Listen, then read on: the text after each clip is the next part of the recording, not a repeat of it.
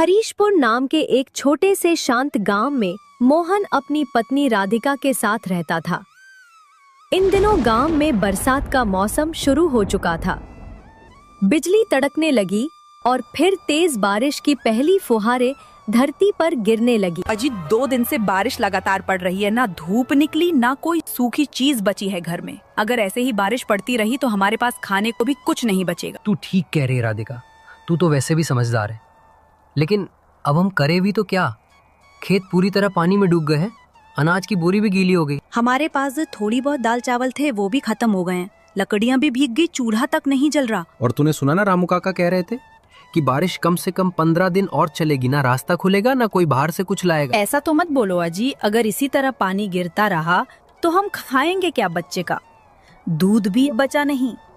बारिश लगातार पड़ती रहती है, फिर 2-3 दिन बाद बारिश रुक जाती है। मोहन भर जाता है काम ढूंढने के लिए। मालिक, आपके पास अगर कुछ भी काम हो तो बताइए, मैं कुछ भी करने के लिए तैयार हूँ। बस घर में बैठकर बच्चों की भूख नहीं देखी जाती। अरे मोहन, मैं तेरा दुख समझता हूँ, लेकिन जब से ये बरसात लगी है मैं तो खुद अपने मजदूरों को आधा काम दे रहा हूँ। खेत पानी में डूबे पड़े हैं, छत की मरम्मत भी रुक गई, अभी तो कोई काम नहीं है बेटा। मालिक, मैं हल भी जोत लूँ, दीवार भी चून दूँ, जानवरों को चारा भी डाल दूँ, चाहे पानी में भीग कर करना पड़े, मगर कुछ दीजिए ना बच्चों को। 2 दिन से बस उबला पानी पिलाया है। देखो मोहन, काम तो बहुत है, खलिहान की मरम्मत, गौशाला की सफाई, अनाज की बोरियां लगानी है, पर इन हालात में कुछ कर भी नहीं सकते। सारा गांव ठप पड़ा है, मेरा भी नुकसान कम नहीं हुआ। मालिक, अगर मुझसे कोई गलती हुई हो तो माफ कर दीजिए। शायद ऊपर वाला भी हमसे नाराज है। सोचता हूँ कहीं मैंने किसी गरीब को मना तो नहीं कर दिया था, या किसी भूखे को बिना खिलाए लौटा दिया हो, तभी इतनी बड़ी सजा मिली। गलती किसी एक की नहीं बेटा, ये तो वक्त की मार है, कुदरत का कहर सब पर बराबर पड़ता है। तू फिक्र मत कर, जैसे ही पानी थमेगा सबसे पहला काम तुझे ही दूंगा। और सुन, शाम तक आंगन में थोड़ी लकड़ियां और अनाज की बोरी रखी हैं, तू ले जा लेना। घर में बच्चों के लिए कुछ तो हो। मोहन 2-3 जगह काम मांगने जाता है, लेकिन बारिश की वजह से उसे कहीं काम नहीं मिलता। थकाकर मोहन चौपाल की ओर जाता है। अरे भाई प्रकाश, इस बार तो बारिश बढ़िया पड़ रही है, खेतों के लिए तो जैसे वरदान बन गई। बिल्कुल राजू भाई, बारिश पड़नी भी चाहिए, अगर ये ना हो तो गर्मी जान ही निकाल लेती है। पिछले साल तो मई जून में हालत खराब हो गई थी। सही कह रहे हो प्रकाश, इस बार तो मौसम भी वक्त पर पलट गया है। ऐसे ही 10 दिन तक लगातार पानी बरस जाए तो फसल भी जम जाए और गर्मी भी भाग जाए। अरे हाँ, 10 दिन की तो जरूरत है बारिश की, वरना फिर से धूप निकलेगी तो मिट्टी फट जाएगी। मैंने भी मौसम की खबर देखी थी, बताया जा रहा है कि पीछे से काफी भारी बादल आ रहे हैं। ओह, मतलब बारिश रुकने वाली नहीं है? नहीं भाई, मौसम विभाग ने तो साफ कहा है अगले 10 दिन तक लगातार बारिश हो सकती है, बाहर निकलना मुश्किल हो जाएगा। उन्होंने तो सलाह भी दी है कि लोग जरूरी राशन वाशन पहले ही घर में रख लें। तो फिर चिंता किस बात की, मैं तो आज ही सारा सामान लेकर आ जाऊंगा। चावल, दाल, आटा, तेल सब भर लूंगा घर में, फिर आराम से बरसात के मजे लेंगे। गर्मा गर्म खिचड़ी, पकौड़ी और ऊपर से गर्म चाय। इतना सुनकर मोहन चौंक जाता। अगर बारिश ऐसी ही पड़ती रही तो हमारा तो काम खराब हो जाएगा। हमारे घर में तो खाने को भी नहीं है, और ये लोग 10 दिन तक बारिश बता रहे हैं। ऐसे में खाने को कहाँ से आएगा और घर का किराया कहाँ से दूंगा? मोहन चिंता करता हुआ अपने घर चला जाता है। अरे भाग्यवान, मैं अभी बाहर से सुनकर आ रहा हूँ कि अगले 10-12 दिन तक लगातार बारिश होगी। मेरी तो कुछ समझ में नहीं आ रहा कि मैं क्या करूं, कहां जाऊं। क्या 10-12 दिन तक बारिश? मोहन, अगर ऐसा हुआ तो हम खाएंगे क्या? तुम्हें तो पता ही है घर की हालत कैसी है, हर तरफ से पानी टपक रहा है, अब तो बर्तन भी रखने की जगह नहीं बची। हाँ, मैं जानता हूँ राधिका, इस टपकती छत के नीचे हम कब तक टिक पाएंगे? अगर और बारिश हुई तो बच्चों को भी बीमारियां लग सकती हैं, घर में सीलन बढ़ती जा रही है, लासी। और देखो, सेठ जी का किराया भी देना है, पहले ये 2 महीने का बाकी है। अगर ऐसे ही हालात रहे तो हम कहाँ से किराया भरेंगे? वो तो सुनते भी नहीं हमारी बात। यही तो मेरी भी समझ में नहीं आ रहा। एक तरफ बारिश रुकने का नाम नहीं ले रही, दूसरी तरफ जेब में फूटी कौड़ी नहीं है। राधिका, ये सब मैं अकेले कैसे संभाल पाऊं? मोहन, मैं जानती हूँ कि तुम कोशिश कर रहे हो, लेकिन अब वक्त ऐसा आ गया है कि अकेले की नहीं, दोनों की लड़ाई है। हमें मिलकर ही रास्ता निकालना होगा। अगले दिन ही आसमान में अचानक काले काले बादल उमड़ने लगते हैं और तभी तेज बारिश शुरू हो जाती है, जैसे आसमान फट पड़ा हो। पानी की बूंदें जमीन पर गिरते ही मिट्टी की खुशबू फैलाने लगती हैं और अब तो देखो बारिश और भी तेज हो गई है और ये छत तो जैसे बिल्कुल जवाब दे चुकी है। हर कोने से पानी टपक रहा है। एक तरफ से बारिश की मार है, दूसरी तरफ भूख की मार। अब तो घर में पका भी नहीं सकते, चूल्हा भी भीग गया। मैं क्या करूं राधिका, समझ नहीं आ रहा। बाहर सैलाब जैसा मंजर है, ऐसे में बाहर निकलूं तो जाऊं कैसे? मोहन देखो, मैं जानती हूँ बाहर हालात अच्छे नहीं हैं, लेकिन सोचो जरा, अगर ये बारिश ऐसे ही चलती रही तो हम खाएंगे क्या? बच्चों को क्या खिलाओगे ये टपकता हुआ घर? आज नहीं तो कल हमारी जान ले लेगा। ये भूख हमें उससे पहले तोड़ देगी। राधिका, इतनी बारिश में निकलना जान जोखिम में डालने जैसा है। रास्ते में कीचड़ ही कीचड़ है, पैर भी फिसल सकता है। और फिर मुखिया जी क्या मदद करेंगे? वो खुद हर बार बहाना बना देते हैं। मोहन, तुम्हें जाना ही होगा। ये वक्त बहानों का नहीं है। अगर अब नहीं गए तो कल को पछताने का भी मौका नहीं बचेगा। जाओ, सीधा जाओ मुखिया जी के पास, उन्हें हमारी हालत बताओ, उनके सामने हाथ जोड़ो, रो पड़ो, अगर जरूरत हो तो, लेकिन कुछ लेकर आओ। मोहन सेठ जी के घर जाता है पैसे उधार लेने के लिए। मुखिया जी, मुखिया जी।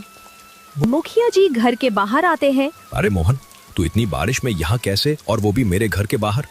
क्या कोई बहुत जरूरी बात है? मुखिया जी, इस बारिश ने तो मेरा जीना ही हराम कर दिया है। छत से लगातार पानी टपक रहा है, घर के अंदर जैसे नदी बह रही है। बच्चे ठंड से कांप रहे हैं और चूल्हा तो 2 दिन से जल भी नहीं पाया। खाना नहीं है, पैसे नहीं है, मजबूरी में ही आपके पास आया हूँ। अरे मोहन, बारिश तो अभी कम से कम 8-10 दिन और चलेगी। तू जानता ही है इस बार गर्मी बहुत तेज पड़ी थी। बारिश होनी तो जरूरी थी। ऊपर वाले की मेहरबानी है जो अब राहत मिल रही है। मुखिया जी, यही बारिश आप जैसे अमीर लोगों के लिए राहत बनकर आती है। आपके पक्के मकान, गर्म चाय और आराम की जिंदगी के लिए ये मौसम सुहावना है, लेकिन हमारे लिए ये कहर बनकर टूटती है। मेरे जैसे रोज कमाने खाने वालों के लिए बारिश का हर दिन एक सजा है। मैं आपसे भीख नहीं मांग रहा, सिर्फ कुछ पैसे उधार मांग रहा हूँ, ताकि 2 वक्त का खाना जुटा सकूं, बच्चों को भूखा न सुलाना पड़े। जब हालात सुधरेंगे तो मैं पूरा चुका दूंगा, ईमान से। देख मोहन, पैसों की बात अभी बिल्कुल मत कर। मैं खुद कई लोगों को पैसे दे चुका हूं और अब मेरे पास देने को कुछ नहीं बचा। तू जानता है पंचायत में खर्चे कितने बढ़ गए हैं। मैं तुझे बिल्कुल भी पैसे नहीं दे पाऊंगा। तू कहीं और से इंतजाम कर ले, किसी और के पास जा। और हाँ, बारिश तो सबके लिए आई है। फर्क इतना है कि कोई भीगते हुए सहता है और कोई छत के नीचे बैठकर देखता है। मोहन लौटकर अपने घर आने लगता है। कभी मोहन के घर सेट आता है, घर का किराया लेने सुनो राधिका, मुझे अपने घर का किराया चाहिए। वैसे भी 1 महीने का किराया ज्यादा हो चुका है, अब और देर बर्दाश्त नहीं करूंगा। जी, मोहन किराया लेने गया है, उसके आते ही हम आपको पूरा पैसा दे देंगे, बस थोड़ा समय दे दीजिए। देखो राधिका, मुझे बहानों की जरूरत नहीं है। जो भी है साफ साफ बोलो।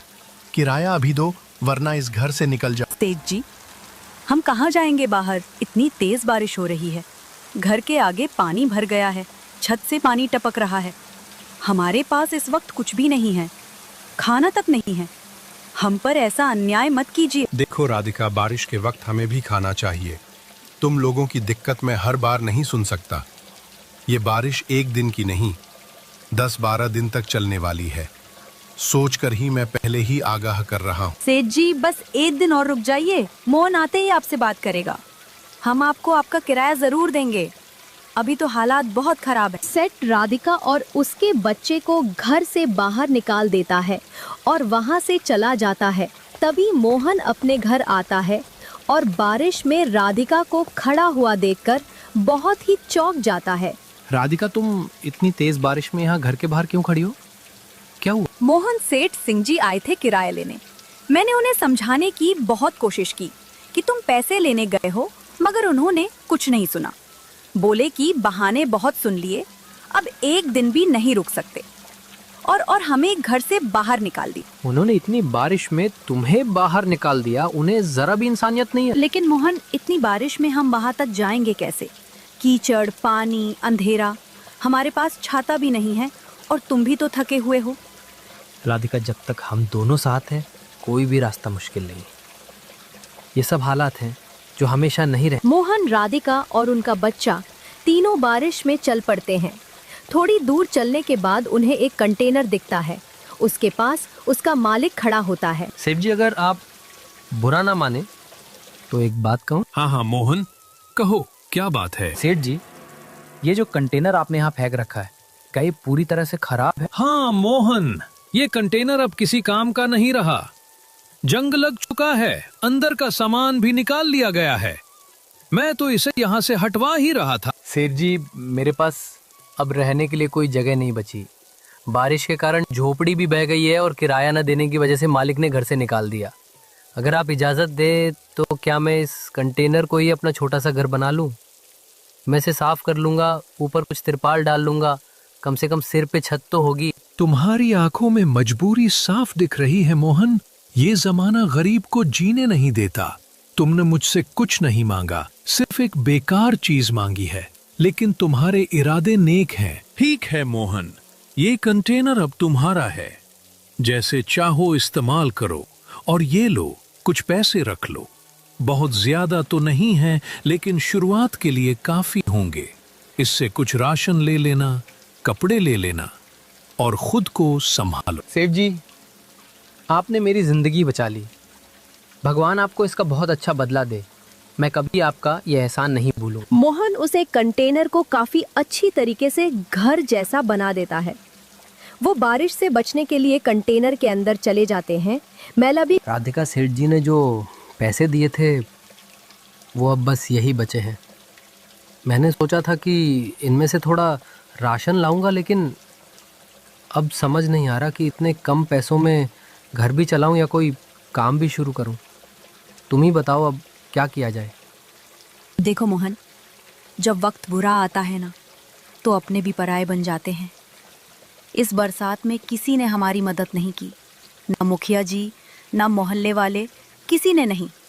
ऐसे में हमें ही अपने लिए रास्ता निकालना होगा। इन पैसों को यूं ही खर्च कर देने से बेहतर है कि इनसे कुछ काम शुरू किया जाए। ऐसा काम जो ज्यादा बड़ा ना हो, लेकिन कमाई दे और बरसात के मौसम में चले भी। देखो मोहन, इस बारिश में लोग घर से निकलते तो हैं, लेकिन उन्हें गरम खाने की तलाश होती है। बारिश और गरम चाय के साथ अगर कुछ तला भुना मिल जाए तो लोग मना नहीं कर पाते। मुझे लगता है तुम समोसे का ठेला खोलो। गरम गरम समोसे बारिश में खूब बिकते हैं। राधिका, ये तो सच में बहुत अच्छा आइडिया है। समोसे तो हर मौसम में चलते हैं, लेकिन बारिश में तो खासकर। और ठेले के लिए ज्यादा बड़ी पूंजी भी नहीं चाहिए। मोहन अगले ही दिन से समोसे का ठेला लगा लेता है और कुछ ही दिनों में उसके समूह से काफी अच्छी चलने लगता है। अरे वाह मोहन, तेरे समोसे तो कमाल के निकले यार। ऐसा स्वाद तो मैंने पूरे गांव में कभी नहीं चखा।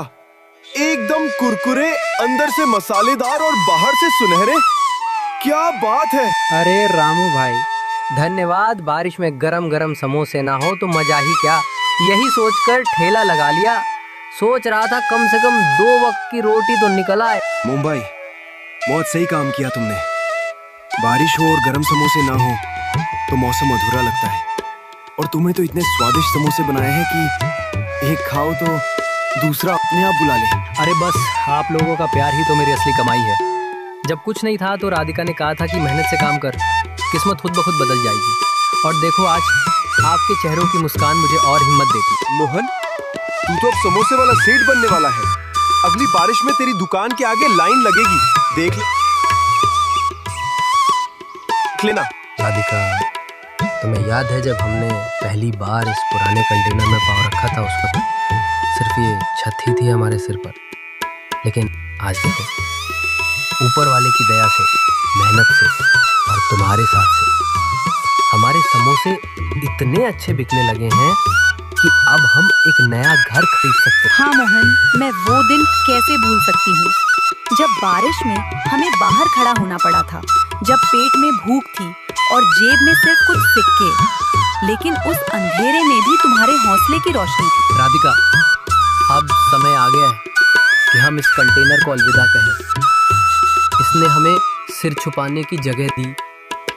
हमारी नई जिंदगी की शुरुआत यहीं से हुई, लेकिन अब हमें अपने पैरों पे खड़ा होकर एक पक्की छत के नीचे जाना होगा, अपना घर, अपना सपना। तुम बिल्कुल सही कह रहे हो मोहन। हमने दिन रात मेहनत की, हर बारिश में जलते चूल्हे के पास खड़े रहकर समोसे तले और हर ग्राहक की मुस्कान से हौसला मिला।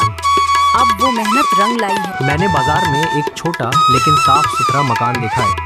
थोड़ी दूर है लेकिन माहौल अच्छा है। सोच रहा हूँ कल जाकर मालिक से बात कर लूँ, कुछ पैसों की व्यवस्था और कर लेंगे, लेकिन अब पीछे मुड़कर नहीं देखना है। अब मोहन और राधिका के चेहरे पर सुकून साफ झलक रहा था। बरसों की मेहनत रंग लाई थी। उन्होंने एक छोटा सा मगर सुंदर सा घर लिया था। राधिका हर सुबह आंगन में झाड़ू लगाती, फिर तुलसी को जल चढ़ाकर प्रार्थना करती, हे ऊपर वाले, तेरा लाख लाख शुक्र है।